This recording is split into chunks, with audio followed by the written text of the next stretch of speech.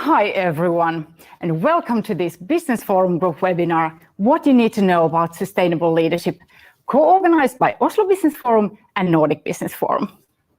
My name is Salla Seppä, and I'm the Chief Customer Experience Officer of Nordic Business Forum, and I will be the host of this webinar too. We are running this series of webinars leading up to our flagship events in September. Nordic Business Forum taking place in Helsinki, Finland, and Oslo Business Forum taking place in Oslo, Norway. And we just can't wait to get back to physical events, but until then, we look forward to producing this series of webinars on a range of leadership and business topics. And today's topic will be sustainable leadership and how you as a leader can create a sustainable organization.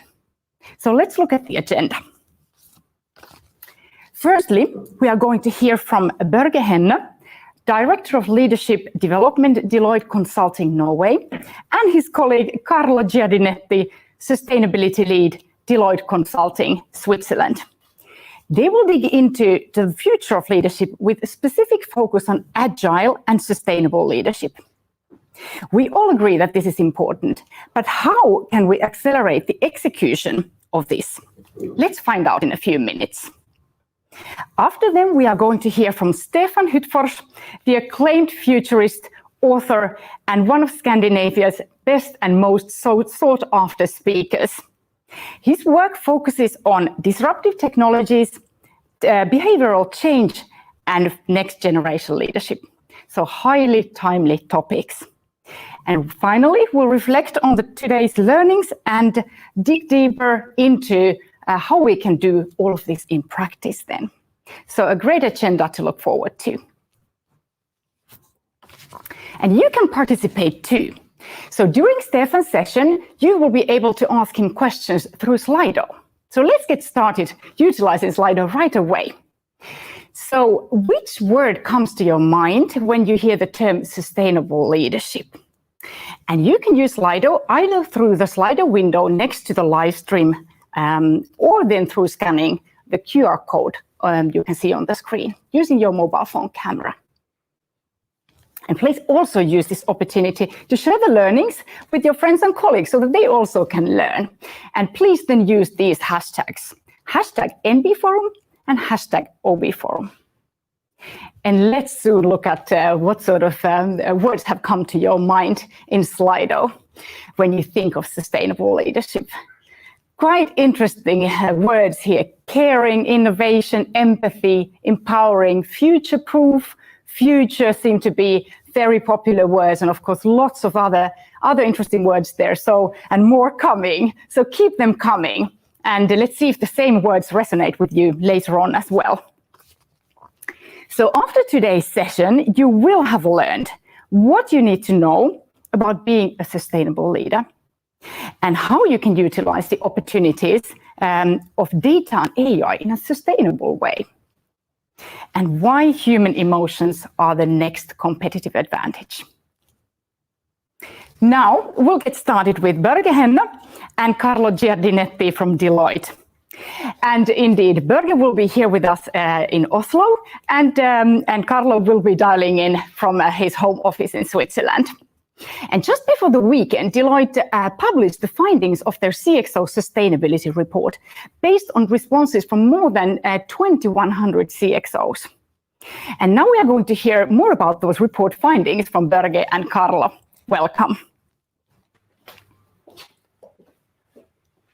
Thank you very much, Salla. So the disconnect between ambition and impact, that's the heading of the support. So me and Carlo now, we're going to tell you what the CXOs around the world have told us. And afterwards, we're going to reflect a little bit on this perspective from three different leadership lenses. So then Carlo will come on in short. But first, the CXOs, what do they tell us about their ambition? So they tell us that we both see and experience and we believe kind of climate change, it is really happening. They also tell us that we believe that we are in a tipping point, but immediate action might reduce the worst consequences or the worst impacts of climate change. So that means we believe that we can do something about it. the CXOs, they tell us that there's increased pressure from everyone that the organization is there for to serve. So the boards, the investors, the customers, the employees, and society, everyone is putting pressure on organizations to act in a more sustainable way. But for some reason, you see there is a disconnect between this ambition and this action. So how come is it that leaders and organizations are not really able to act in a sustainable way yet? So we see it, we believe it's really important, we believe we can do something about it, everyone around us expects us to do it, but we still don't. So we also asked the CXOs kind of, okay, so what might be the barriers for actually leading in a more sustainable way? So what the CXOs, they tell us is that this is five barriers on the top. So one is that it's difficult to measure the environmental impact. There's insufficient supply of sustainable or low emissions inputs. It's too costly.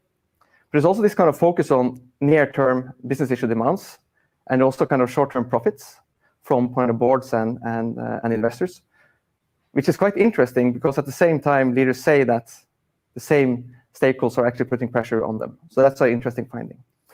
And the third one is that the magnitude of the change is too big. But as you see here, the percentages are not that high. So the highest percentage of a barrier is at 30%. So is there something else that is kind of behind this inability to act? That's a big question. So maybe one of the hidden barriers here is that what do the CXOs believe are the upsides or the benefits of climate strategies? And what we see here, there's a big difference between the beliefs on the upsides and the benefits from those that are climate leaders and those that are lagging behind. The climate leaders, they represent 20 or 19% of the population we surveyed.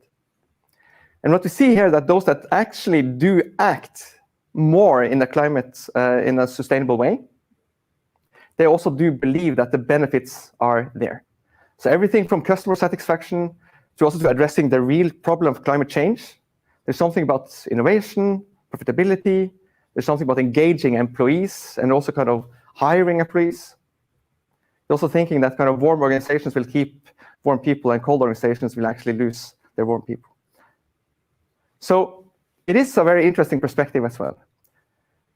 So me and Carlo, we're going to talk a little bit deeper now into, okay, so what might we do or how can we address this from a leadership perspective? So here we're looking at it from three different lenses, but Carlo, what are your thoughts on the three different lenses that you think that we can have on sustainable leadership? Thank you, Børge, and really my pleasure to join you here from sunny Switzerland today. Indeed, we have identified what we can call three lenses, or from a perspective of a leader or a board member, you can also think of it as three almost playgrounds that you always have to keep in mind if you want to drive the sustainability agenda.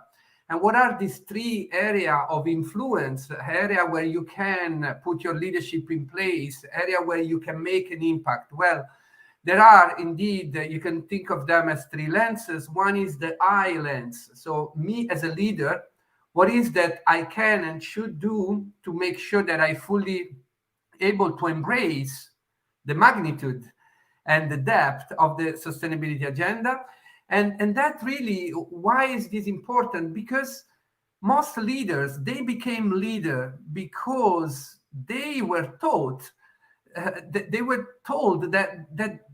they were successful and they have been extremely good in driving the business agenda, which in a paradigm until today has been creating and augmenting shareholder value. So today, the sustainability agenda is requiring to enlarge that paradigm. Serving the shareholder, we have discovered that can be extremely dangerous if it is done in an isolated way.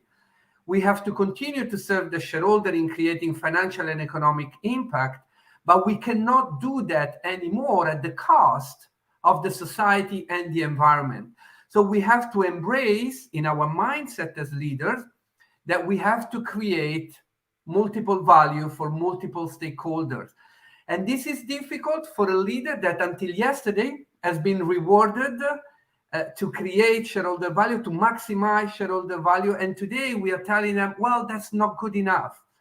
So how do I, as a leader, challenge my current mindset and enlarge it and embrace a different mindset, multi-stakeholder value oriented? And that's the first big shift.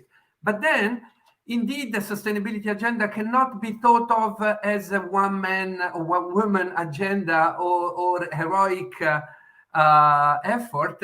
No, it has to be looked at. So you as a leader act inside an organization. How can you unlock that bravery, that courage inside your organization? How do you create the psychological safety inside your organization that will allow the people to experiment, to innovate, and finally unlock that innovation that was one of the big words in the initial word that you have shown. So that takes indeed a shift toward more agile, collaborative organizations. And finally, the third playground, so beyond you as a leader and then your organization, well, leaders need to understand that they have to act in ecosystems outside their own organization. When we tell to leaders you have to change the system, that's overwhelming. Nobody as an individual or as an organization can even try to change a system. But here is the trick. A system is made of multiple smaller ecosystems. So what are the ecosystems that you can directly impact as an organization? That's you as a leader. You need to identify those. And then who do you have to partner with within those ecosystems to create a multiplier effect, an exponential impact? That is a completely new way to look at partnership. We used to look at partnership as synergies that we can create, asset-based. Now we have to look at partnership from a purpose perspective. What are we trying to solve out there, and what multipliers can we put in place to get there? So here are the three playgrounds or the three areas of influence. Over to you, Børge. Thank you, Carlo. After the next speaker, when Stefan comes on, and in the end, we'll go deeper into this and also bring in some examples. But for now, thank you. So back to you, Salla. Thank you indeed. Really interesting findings and points, and I just can't wait to continue the conversation with you a bit later in the webinar.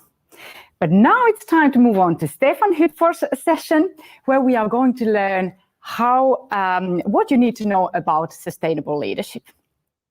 Remember, it's live, so you can ask questions through Slido. It's truly a pleasure to have you here with us live from Stockholm, Stefan Hyttfors.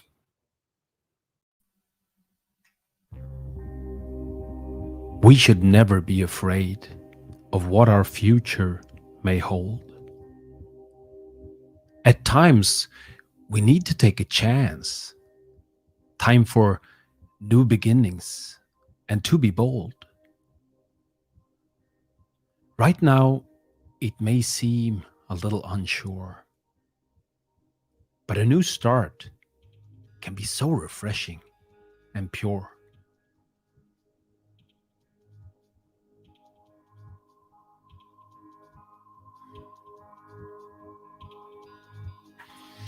Well, that was some Friday poetry for you by the English poet John Keats. Thank you so much, Salla, for the kind introduction. I'm delighted to join you all here from my home studio in Stockholm. So let's dive straight into this.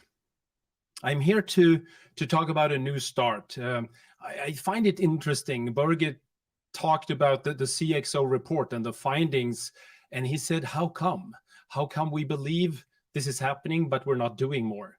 But you said it yourself, I think, in the word cloud. You said future. The biggest word was future. So it's easy to think that this is about the future. This is something that we will do later. And I don't think so. I think we are talking about the now. And I'm here to talk about a new start, the start of the new era, the sustainable era, and what it will take to lead. So let me start by bringing some perspective. We're going to go time traveling. This here is looking back 2,000 years of human evolution. And then on the other axis, you have GDP per capita. And as you can see, for 1,700 something years, we were all dirt poor. So all throughout history, women gave birth to 8, 9, 10 children.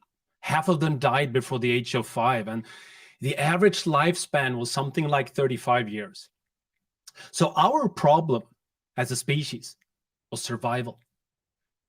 And the work we did to solve this problem didn't change much over time. So for thousands of years, the work we did was always the same.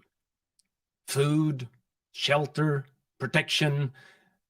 I mean, if you think of time traveling, if we could think of an idea like, what if we could bring someone from back here 2,000 years ago and then move them 1,000 years into the future? They'd be fine. They would probably understand almost everything. 1,000 years into the future, and they would see tools, a knife, a sword, food, a horse, fire. I mean, of course, there were some new innovations in 1,000 years, but nothing mind-blowing, nothing impossible. And in a world like this, when change is slow, experience is key to success. If you have all the answers, if you know how to make a fire when it's wet out, how to hunt for food, how to build a solid house for the winter, and all these things, that knowledge is very valuable. So in times of slow change, the leader must focus on experience, how to get as much of it as possible, and then how to share it to create a strong, successful community. Now, fast forward to the last 200 years, and GDP per capita has increased 40, 50, 60 times. We just made a turn like this. And if we would translate that into productivity, it means that the work we do in 1 week will bring 50 times the value. So 50 weeks of value, a full year's work 200 years ago in 1 week today. And that, of course, means that we have time. We have time to do so much more than just survival. So no matter what you hear in the news, starvation, diseases, disasters, war, and yeah, that was perfectly normal. That was part of life until 200 years ago. But today, the biggest news is the fact that to most of us, this is not anymore the part of life. So if we were to think of time travel again, but this time let's bring someone from down here 200 years ago, this direction, straight up to us, that poor person wouldn't understand anything. I mean, we're all like gods. We can fly. 119 years ago, the Wright brothers managed to get us flying. And then just 66 years later, we flew all the way to the moon. And if you add another 50 years, today, billions of people, any kid out there, have access to a supercomputer.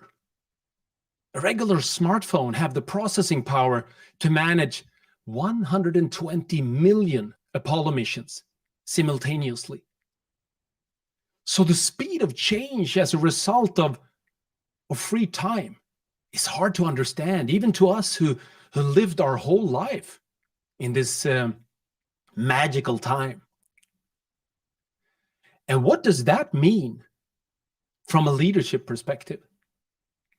Well, it means that we cannot rely on experience the way we used to. Experience might even become a problem. Experience might become a problem. Down here, most people did the same work their parents did. It's like we just took over the same job. But going this way, we don't do the same work as our parents anymore. I mean, many of us don't even do the same work we used to do. So in a fast-changing world, experience can be a problem. Experience, if you think of it, that's the understanding of how we used to solve problems. But if the problems and the possible solutions are completely new, we have to face them with an open, humble, curious mind. So instead of experience in a fast-changing world, the leader have to focus on learning, how to get new knowledge, new insights, and how to create a community, a culture where people are bold enough to challenge experience. And one example of new knowledge is climate change. I mean, we know why we are so rich. We know what happened down here when everything all of a sudden started to change for the better. I mean, I know some of you are in Norway and you see Norway is in top, so you probably think it's all about intelligence. We got so much more but no, that's not it. We found a quick fix.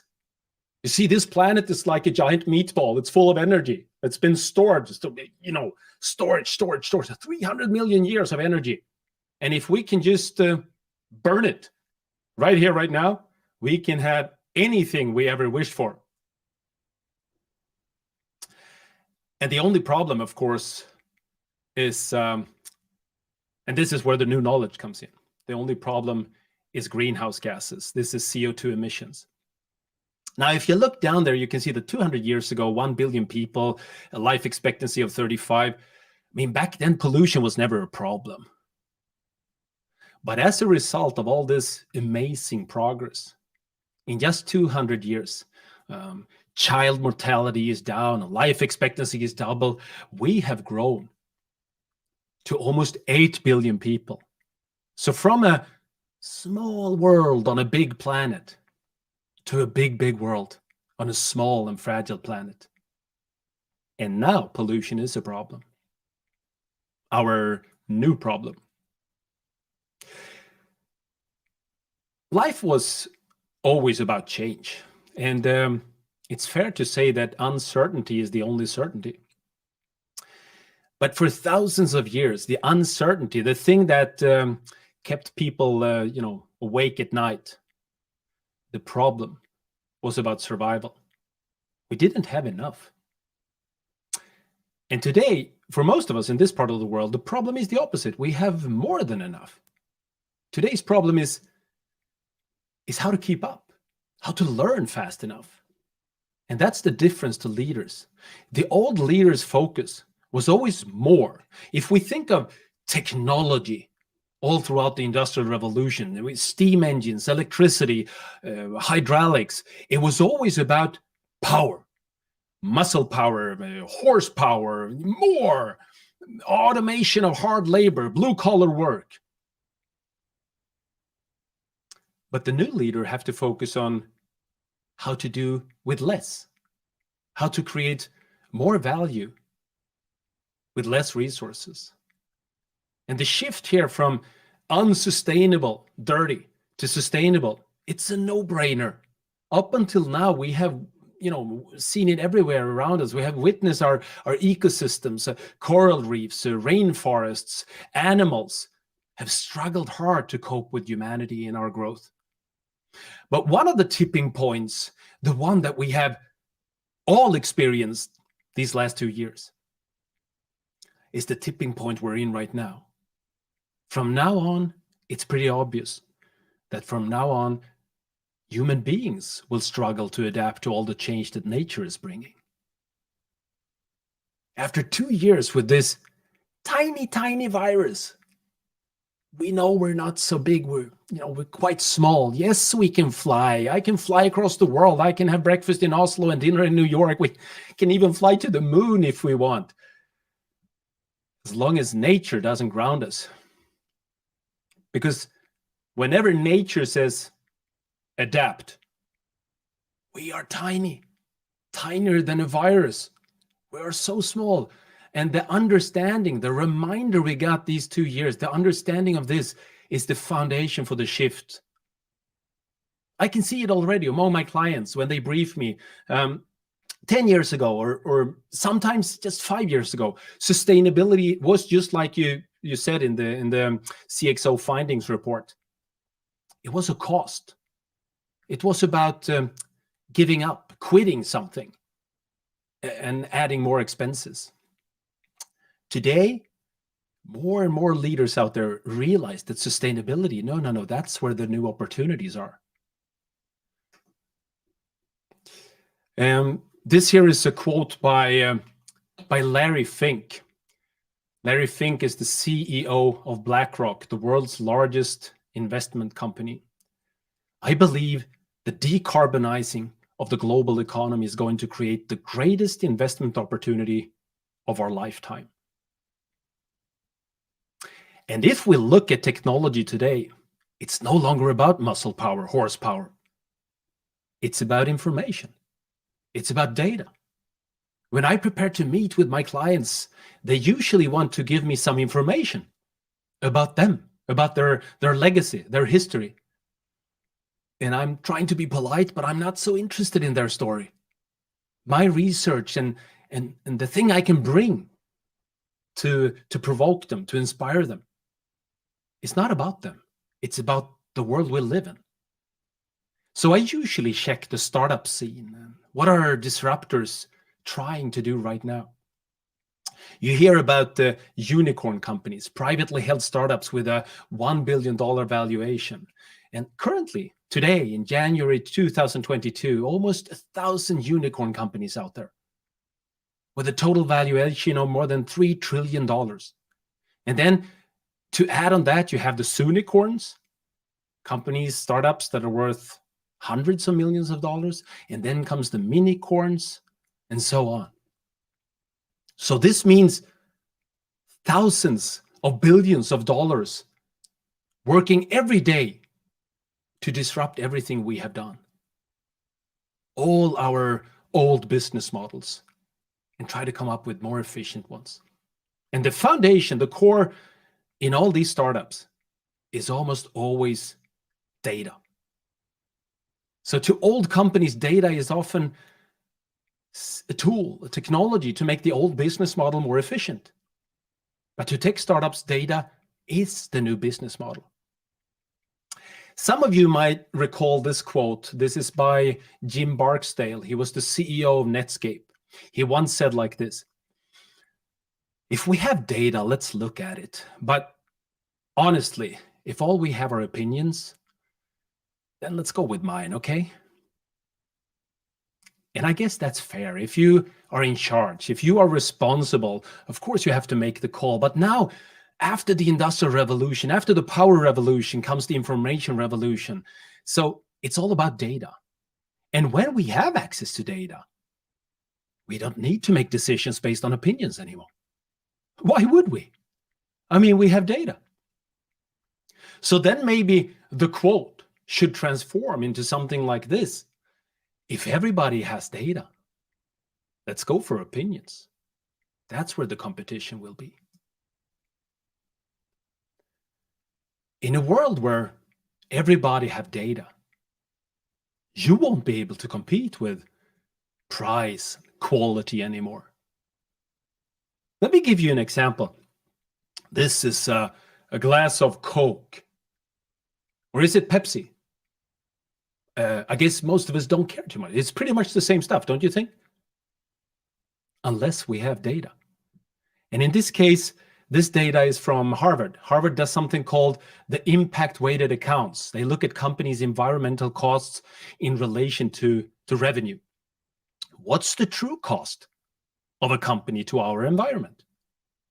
And as you can see here, Coca-Cola is at minus 11.6%. That means if they would have to pay for all their environmental costs, according to Harvard, profits would go down almost 12%. And Pepsi is at minus 3%. So this is almost 4 times dirtier than this.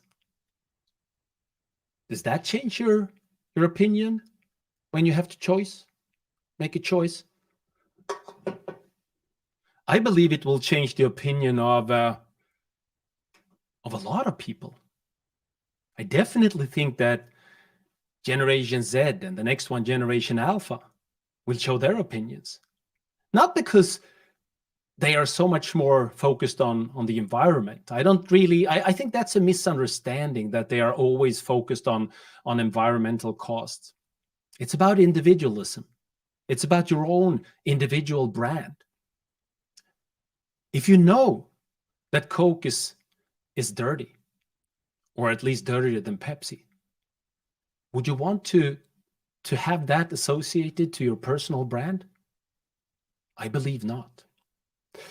We are the last uninformed generation. Your grandchildren of course, they will smile and they will, remember us, hopefully with grace, but I think they will smile because they're a bit embarrassed too. Remember grandma, grandpa?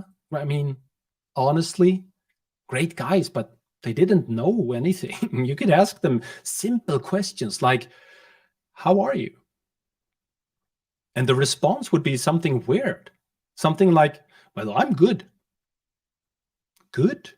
Seriously? I mean, give me some numbers, give me some data. What's your blood pressure? You look a bit pale. Well, they didn't know. Basic things like that. I have to go to the doctor to find out. This information revolution, up until now, it was all about information from the outside world. Social networks to connect with others, maps to navigate, streaming platforms for entertainment, search engines to find, all these things. But computers got smaller and faster and cheaper. Computers are everywhere. We went from mainframe to desktop, to laptop, to mobile, and now to wearables. We are starting to wear this. So we put computers on our body. We have this on our body as part of our body. And with that, we will start to get information not only from the outside world, but from the inside world as well. Some of you have wearable devices like this watch, and you know that it can tell you things like how many hours of sleep did I get last night, or what's my pulse right now, or how many steps did I take this day, or something. We're entering a world where this is everywhere. Everyone and everything is going to be connected. And then on top of this connectivity, we will have new technologies like facial recognition, like augmented reality, like artificial intelligence. And with technologies like that, with AI, this smartwatch will be even smarter. Not only, a monitor to register your pulse, but also to try to understand what it means.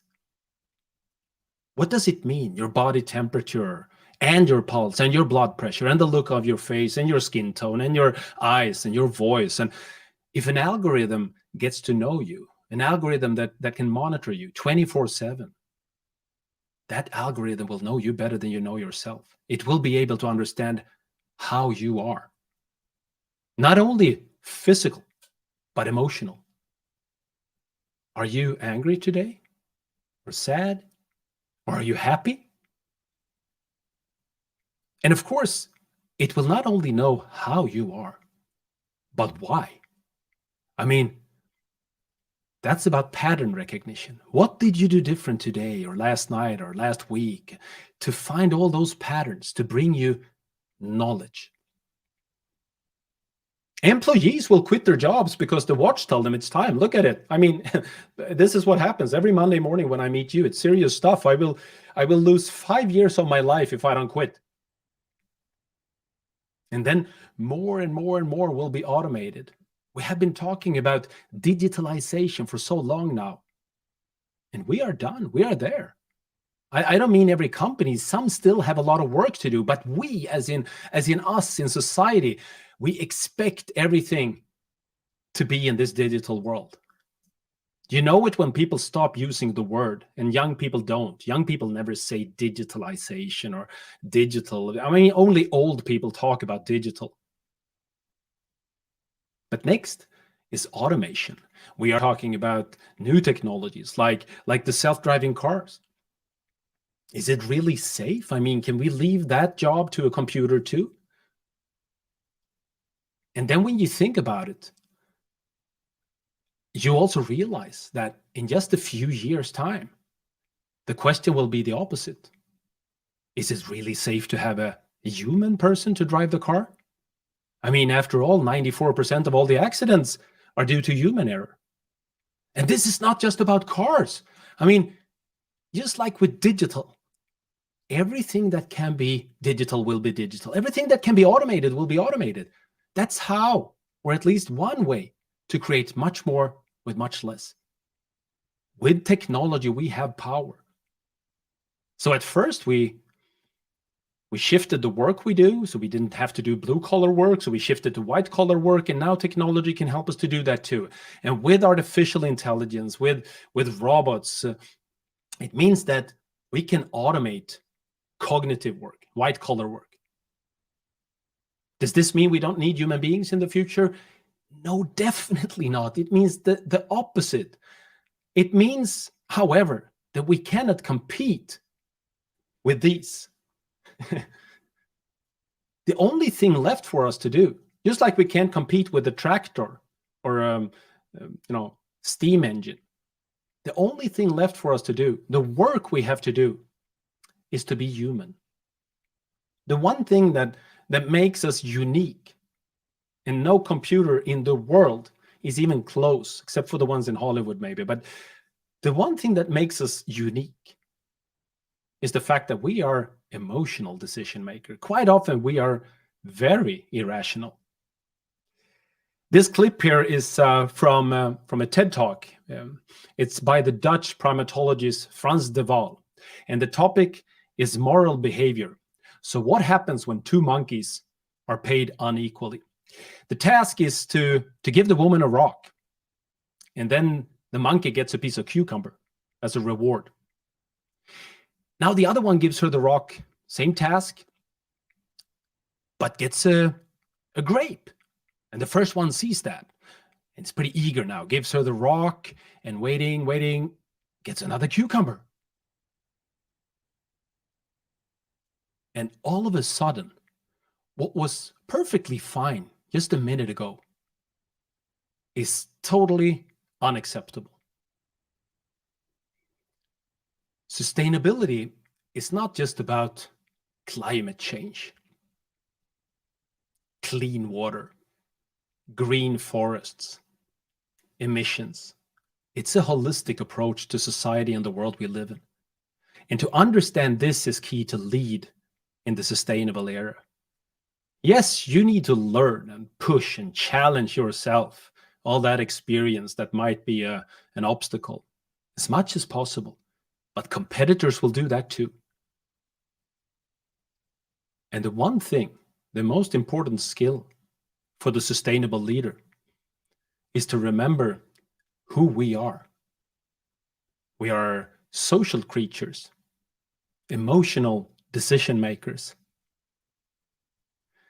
And successful leaders in the sustainable era are not afraid of what our future may hold. They know we need to take a chance. It's time for new beginnings and to be bold. And with that, I hope you got some new thoughts. And of course, I wish you the best of luck. And I leave it back to you, Salla. Thank you. That's amazing stuff and fascinating stuff that you're covering. And we will actually continue with you in a few moments. But these topics that Stefan covered are indeed the one that every future-focused leader needs to understand and embrace. And they are also therefore the key part of our upcoming events in September. And there are now a few more hours for you to get a great deal for your ticket purchase if you react now. So we are super, super excited to get back to those events. We hope you will join us, and let's revisit a couple of our previous events. Business used to be tradition. Good morning. It just feels like people care here. We need business as unusual, and we need funky business. The 44th President of the United States, Mr. Barack Obama. Very warm round of applause for Mr. David Cameron. Thank you very much. Some of the best speakers in the world. The purpose of business is not to maximize shareholder value. Whoever told you that shouldn't. It brings together so many people and creates this high energy environment. We are social animals. Powerful speakers, powerful audience. I'll be back.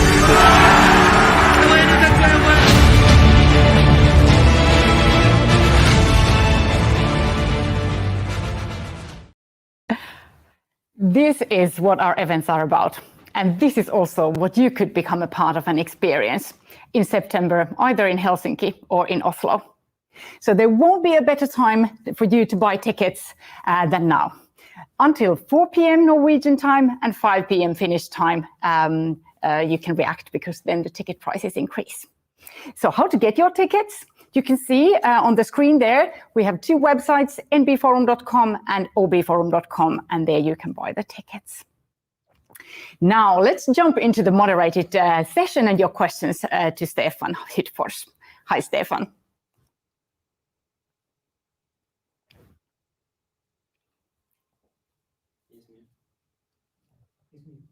Okay, you seem to be muted, Stefan, I think. Let's see. Sorry about that. Yeah, you can hear me now, I guess. That was yes, a great, absolutely. I mean, it gave me a great vibe. I'm so much looking forward to those meetings again. I mean, we can do it like this, but it's another thing to meet people for real. Oh, we totally agree. And thanks for those kind words. Really, it's a goosebump moment for us always as well, and for so many customers too. So let's go to those questions. Indeed, thank you for your fantastic presentation. So there are a couple of questions from the audience now. Why can't we change the story of money on how we measure value creation and the right to get access to this value in society? Well, I'm not sure that we can't. I think, like in most trends, I think that what's more interesting is to focus on the speed. So human beings have it's easy to understand a trend or change if the speed of change is understandable. So I can understand things like what is happening this week or this year maybe. But if we talk about millennia, how the mountains outside are changing or something, then it gets harder. And therefore, a lot of the times when we have very fast change, it's hard for us to adapt, just like when we have a very slow change. And sometimes that makes the problem. So the problem is not change in itself. The problem is the speed of change and to understand it. And one thing like money is a technology. At least that's how I see it. Money is a technology it helps us solve a lot of problems, like how to store value and how to communicate price and how to do transactions smooth on a marketplace. So we don't need to, save our value in fish or meat or something. Money is a very efficient technology. And of course, it has shifted many times the way we look on value and money. We have had feathers and pearls and precious metals and gold, and now we have fiat currencies, and soon we will probably see a rise in decentralized cryptocurrencies that's on the rise right now. So again, I think that we are changing the way we think of money. Just 10 years ago, most economists would probably have said that negative interest rates, that will never exist, and today it's the new normal. Same thing with decentralized cryptocurrencies. Central bankers today will say that, no, that's not something that we want to see grow big and allow, because I want to stay in charge and have power over money.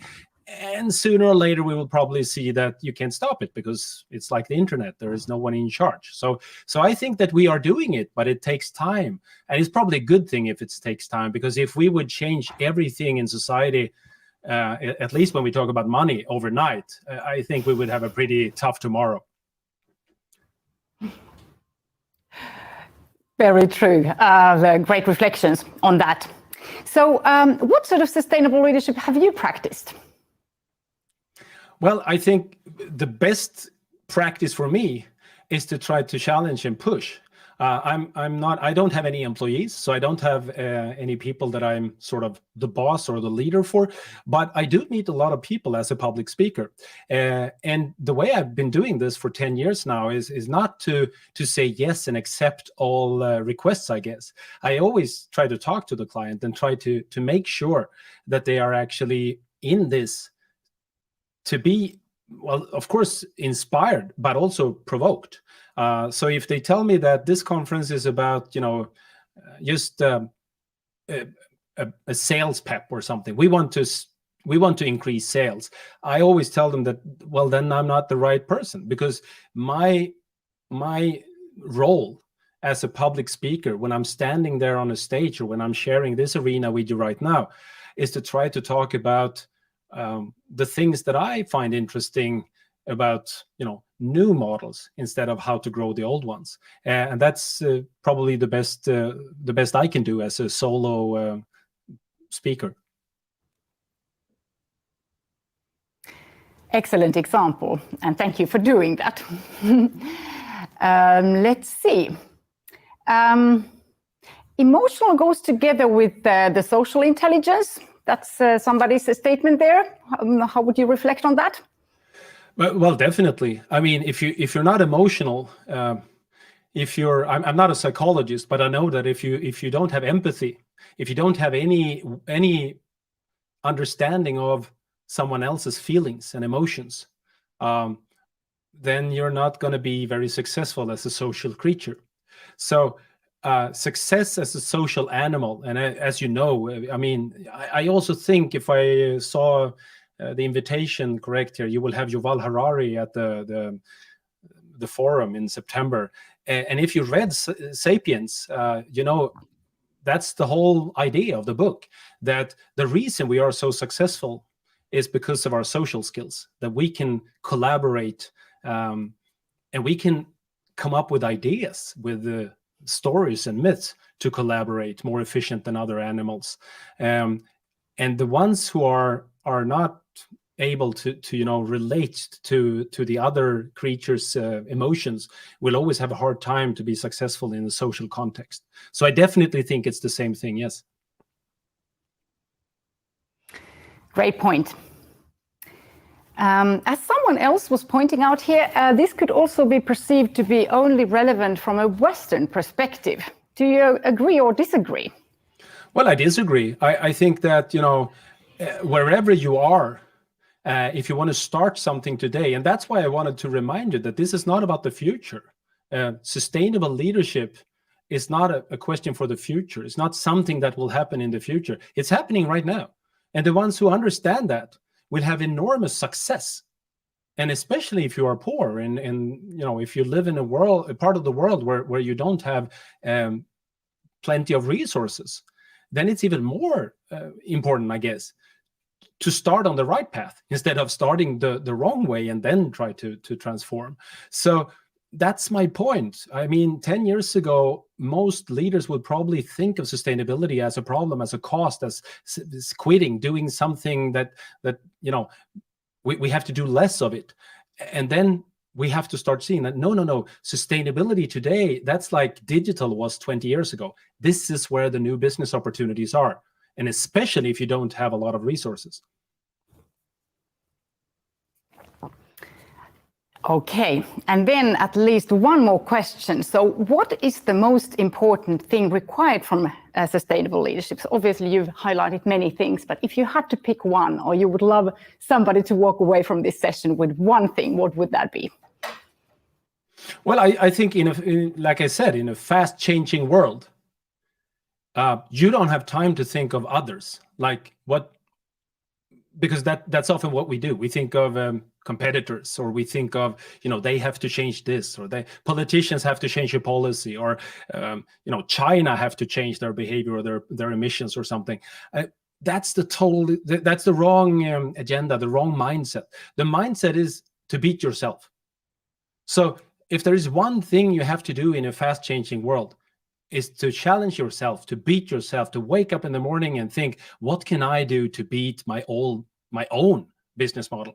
Because if you don't think of that, then sooner or later, depending on which industry you're in, someone else will have done it. And then it's starting to get late. Look at the automobile industry. I mean, 10 years ago, Tesla introduced the first Model S, and today that company is valued more than, the 10 largest automobile makers combined today. And that's not because they're selling so many more cars or something. The value of the Tesla stock today is almost $1 million per sold car.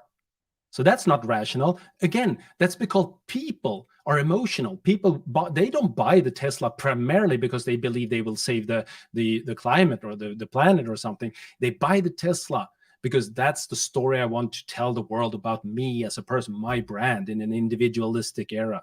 So again, you don't have time to focus on others. Beat yourself. That's my best advice.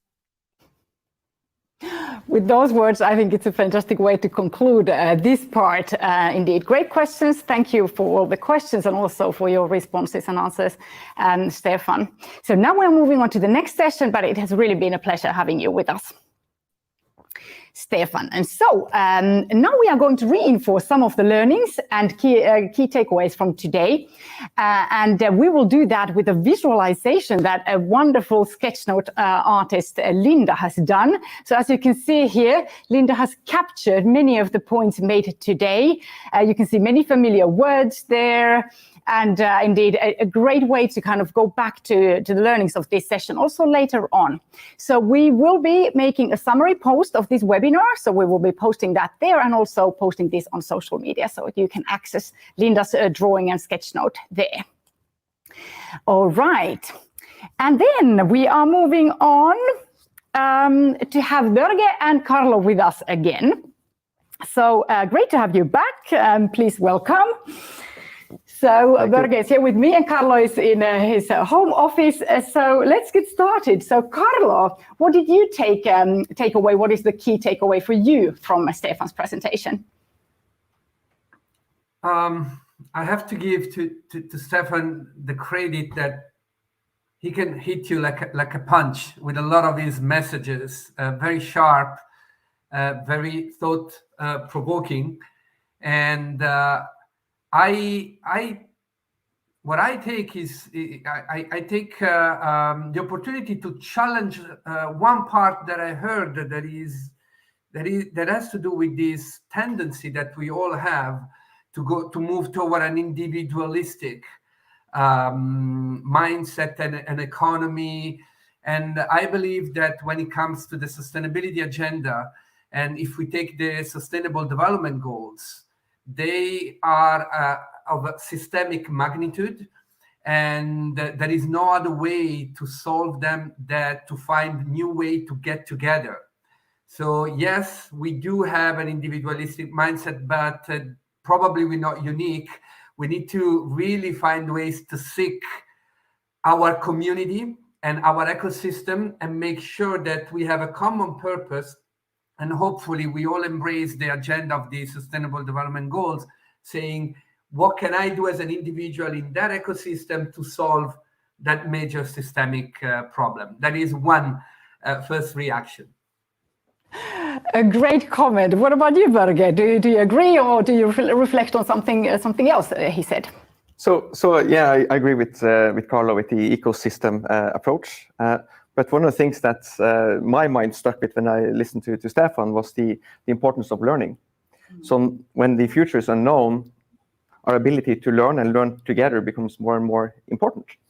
And then I got one of the fathers of organizational psychology and learning, Edgar Schein.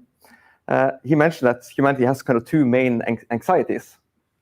So one anxiety is the learning anxiety, and then we have the survival anxiety. And he said, I think it's back in the 80s or so, but might not be correct, but quite far back. If learning anxiety is higher than survival anxiety, we won't learn. So that means we need to kind of fear that we won't survive to actually go into learning. And the reason behind this is that when we show that we're learning, we show that we don't know, and then we show vulnerability. And then we show vulnerability in a competitive space that is dangerous. So we actually don't go out there unless we have to. So what we're thinking now is that the survival anxiety is for real. And you also, when you look around, there is an increasing movement, and there are more and more organizations that are becoming much more sustainable. But also we really see that the government's pressure on it. We also see that the investors' pressure on it. The boards are lagging a little bit behind, actually. But the pressure is on to really create a movement to learn, because now we have to, and we have to do it together. That's my reflection from listening to Stefan. Very good point. And indeed, then maybe we can continue with you here. So how do you see then Stefan's input compared to the findings in your report? Well, when I was listening to him, I didn't kind of connect them too much, because the findings there. So one part, it's optimism. We're looking forward, we're thinking future. But yeah, actually, that's where he started. That one of the problems he maybe said was that we're thinking future, and that was based on the inputs from the Slido. So when we're thinking future, it means that we don't have to act now. And I think that was a quite interesting perspective into one of the, say, blockers that we don't see for climate action. Mm-hmm. Anything to add, Carlo? Well, I think what also fascinated me out of the talk of Stephanie is this idea that we, as human beings, we tend to get into this inertia and beliefs. For instance, we have believed in the paradigm of financial progress, and we have firmly believed that higher GDP means human progress. And when we get that silos thinking, of course, the higher GDP and higher economy and growth of our companies have created a lot of human progress, but it has created so many side effects that we tend to discard because of our simple thinking. We like simple, right? And then now there's a new belief that technology, it means progress. And so we are investing in technology. I hear so many net zero commitment in the future that are double betting on new technology that does not even exist yet. But we believe that technology will save us. And sometimes, and going back to what Stefan said, the pace of change, sometimes maybe this before we jump into so many new economic model or new solution, it's a good moment. And I think COVID has helped us as well to reconnect to what we really value as human beings and make sure that the next choices that we make are aligned with that. And if we translate that into business leaders and what does really matter to the world, I give one challenge for all the business leaders out there. Think of this. Today, producing something new with virgin materials is much more efficient and cheaper than reusing, fixing, recycling. So that's the challenge for all of you. That is not possible anymore. Turn that curve and find your ecosystem, your partners. Do you have products in your portfolio that are much cheaper to be produced with virgin material? Challenge that tomorrow, immediately. And because that is what the humanity we want, but we need the help of business. Business is an incredible engine that can help the consumer and all of us to move forward with the right values. Can I add a point? Just a very brief one, yes, but absolutely. Yeah, so Stefan also talked about courage. And so I'm reading a fantastic book. It's called Net Positive by Paul Polman. And Paul Polman has been here before. He's also a friend of Carlo. But he shows a really cool example of showing courage. So when he was newly appointed as CEO of Unilever, he went out to the board, I think it was within the first month, and told the board, I won't do the quarterly reporting. I want to think long-term. I want to think sustainable, betting on that the board wouldn't fire him since it was so early. So he created this space to act. And this is something about addressing the mindsets that we have. I think we have a lot of boundaries around us, and we're not actually courageous enough to actually to do what we know we think we have to do. And everyone expects us to do it as well. Great point. I wish we could continue. This is a fascinating topic, and indeed, it just has been great to have you here with us. And I think we start wrapping things up, but maybe just very briefly, if you can both say quickly, what is the thing that is holding us back? What I think it's old behaviors. So we are stuck in our old behaviors. We see the need to change, but we actually don't do it. I think actually, I'll be so proactive. We are stuck. We can't do it, but we just don't. We don't have the courage. So shame on us. Well, let's still end on a positive note and remember that all of us can do our own share there. But indeed, thank you so much, Børge and Carlo, for being with us. And with that, we are now concluding our live session today. So thank you also, Stefan Hyttfors, and everybody who's been on the line. And indeed, we would love you to still rate this webinar on the poll that you can find on Slido. So we always appreciate your feedback, and also make sure to follow our channels so that you will get the latest updates on our activities. We of course hope to see you in September. So remember these wonderful opportunities that you now have to tap into the tickets before the prices increase at 4 p.m. Norwegian time and 5 p.m. Finnish time. See you. Business used to be traditional. Good morning. It just feels like people care here. We need business as unusual. And we need funky business. The 44th President of the United States, Mr. Barack Obama. Thank you. Very warm round of applause for Mr. David Cameron. Thank you very much. Some of the best speakers in the world. The purpose of business is not to maximize shareholder value.